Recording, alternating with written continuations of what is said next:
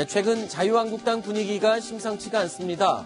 화합은커녕 고성이 난무한 오늘 자유한국당 회의 분위기, 아무래도요 발단은 장제원 의원의 복당 후회한다 발언 때문이었던 것 같습니다. 자, 어떻습니까, 송철욱 기자? 뭐 왜 고성이 오간 거예요? 네, 오늘 일단 오늘 열렸던 당 지도부와 재선 의원의 연석회의에 구성원을 좀 생각해 볼 필요가 있습니다. 네네.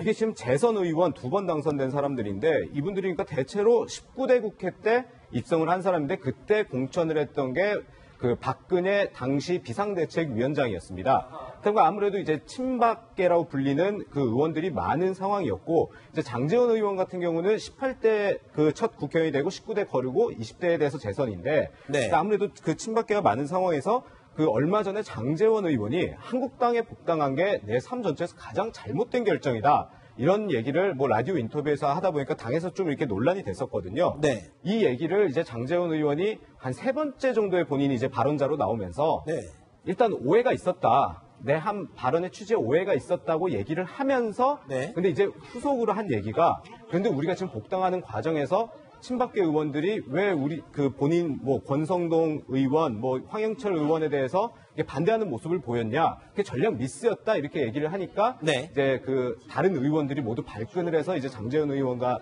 고성에 오가게 된 그런 상황이었습니다. 왜 두 사람이 이렇게 고성에 오갔는지 두 사람이 이야기를 직접 들어봤습니다. 확인해 보시죠. 자기 명령에 너무 장황하게 얘기해서 왜 그만해라. 원장이 좀 있었던 것 뿐이고 장제원 의원하고 또 도선의 명 정도는 당원들이 받아들이는 이런 부분들에 대해서 좀 우려를 한다. 황영철 의원이 갔기 때문에 전략 미스다. 그래서 본인이 해당된 부분들을 또 전략 미스라는 이런 얘기들을 한다든가 하는 부분들이 제가 볼 때 철부지 같아서 그만 좀 빨리 끝내라. 내가 한마디를 하게 되면 지금 당에 또 분란을 낳고 여기 이렇게 서가지고 여러분들이 말하는 질문에 내가 한마디 딱 하면 그 단어만 쓸 거 아니야. 그지? 내가 김태형 의원하고 지금 같이 얘기를 한다는 거는 그분 인지도 높여주는 거야. 먼저 들어왔잖아. 전 지금 방금 이 얘기요.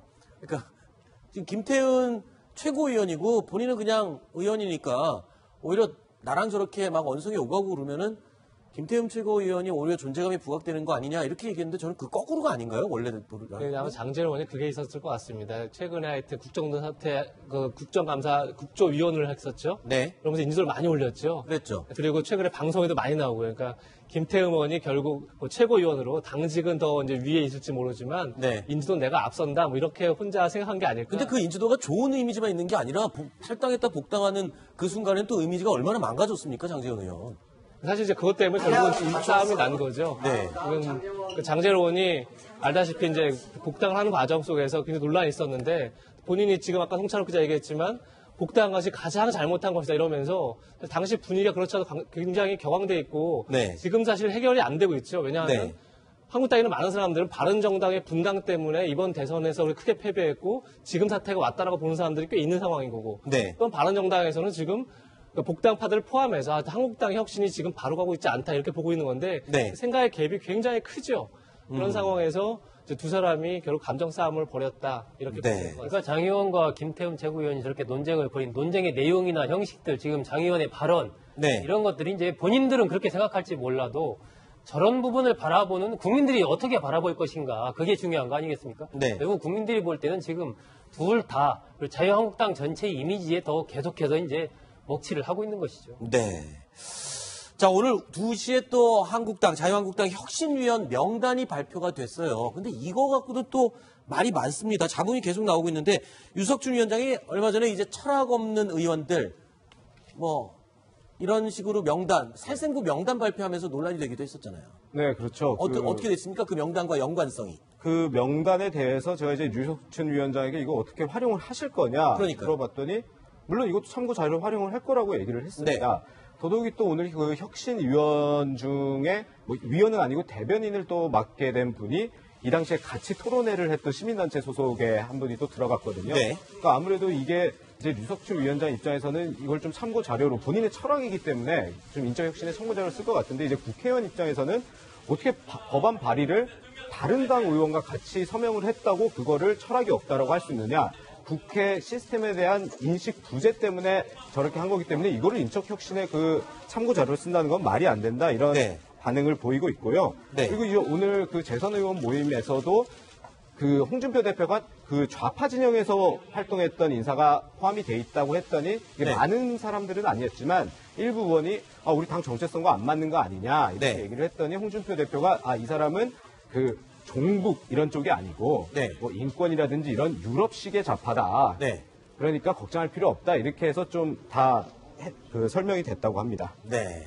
자, 그런데 이 한국당, 자유한국당 요즘 이렇게 잡음이 내부적으로 너무 많아요. 이 홍준표 대표의 리더십에 문제가 있는 겁니까? 뭐 원래 구조적으로 지금 친박 비박해서 이 당 내가 갈라져 있던 것도 사실이지만 홍준표 대표가 좀 뭔가 확 휘어잡는 이런 모습 언제쯤 보여줄 것 같습니까? 당장 보기 쉽지 않을 것 같습니다. 왜냐하면 말씀하신 것처럼 구조적 문제가 굉장히 심각하죠. 그러니까 이 지난 대선에서 홍준표 대표가 24%를 득표했습니다. 지난 대선에서.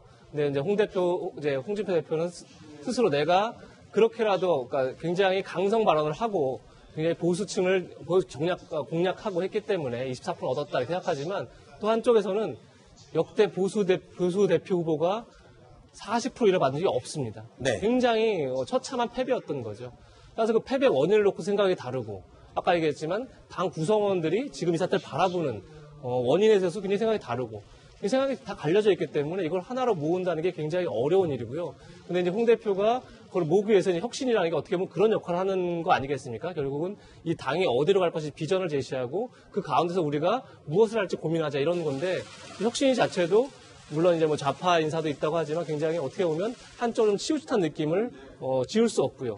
그렇게 되면 당분간 혁신위의 활동을 놓고도 티격태격할 수밖에 없지 않을까 이런 생각이 듭니다. 네, 알겠습니다.